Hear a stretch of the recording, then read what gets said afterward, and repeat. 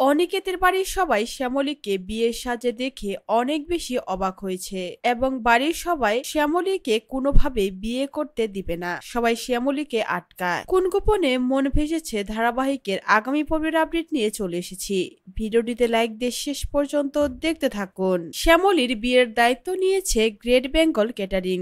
Great Bengal catering এর হাতে বড় কোনো অর্ডার নেই, তাই বাধ্য হয়ে তাদেরকে রায় ইন্ডাস্ট্রির ছেলের বিয়েতে দায়িত্ব নিতে হয়। অনিকেতের সাথে চন্দ্রাশিস অনেক খারাপ ব্যবহার করে, কিন্তু অনিকেত চন্দ্রাশিসের কোনো কথাই উত্তর দেয় না। অনিকেত তখন বলতে থাকে, আমাকে এবার মাথা ঠান্ডা করতে হবে, এভাবে মাথা গরম এখন করলে চলবে না।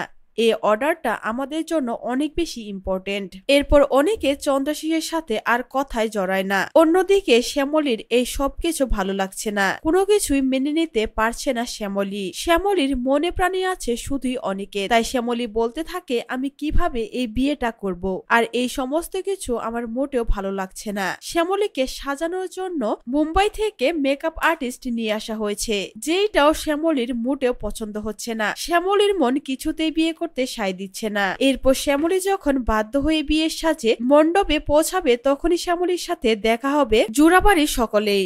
জোড়াবাড়ির সকলে শ্যামলীকে দেখে অনেক বেশি অবাক হবে, আর সবাই বলবে, শ্যামলী তুমি কিভাবে এই কাজটা করতে পারো? তুমি আমাদেরকে ছেড়ে এসে এখন আরেকটা ছেলেকে বিয়ে করে ঘর করতে চেয়েছ, আর তোমার জন্য দাদা ভাই আজকে পর্যন্ত অনন্যাকে মেনে নেয়নি। অনন্যাকে ডিভোর্স দিয়েছে দাদা ভাই। যেটা শুনে অবাক হয়ে যায় শ্যামলী।